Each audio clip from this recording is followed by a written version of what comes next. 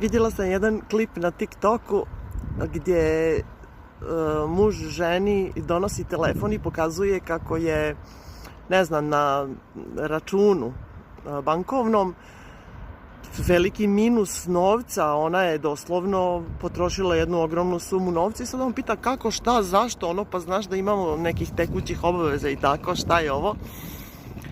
I ona kaže, ali ljubavi, ja sam vidjela da si ti na Instagramu lajkovao neku ženu i vidjela sam ona koristi taj brand, šminka je u pitanju. I znaš, ja sam poručila sve iz te linije, jer znam da se to tebi jako dopada i eto ja sam poželjela da za tebe budem tako lijepa, vidim lajkovao si pa se tebi to sviđa. Ok, video jeste malo šaljiv, ali to. Takva validacija sebe, takav tretman. To žene. Bukvalno.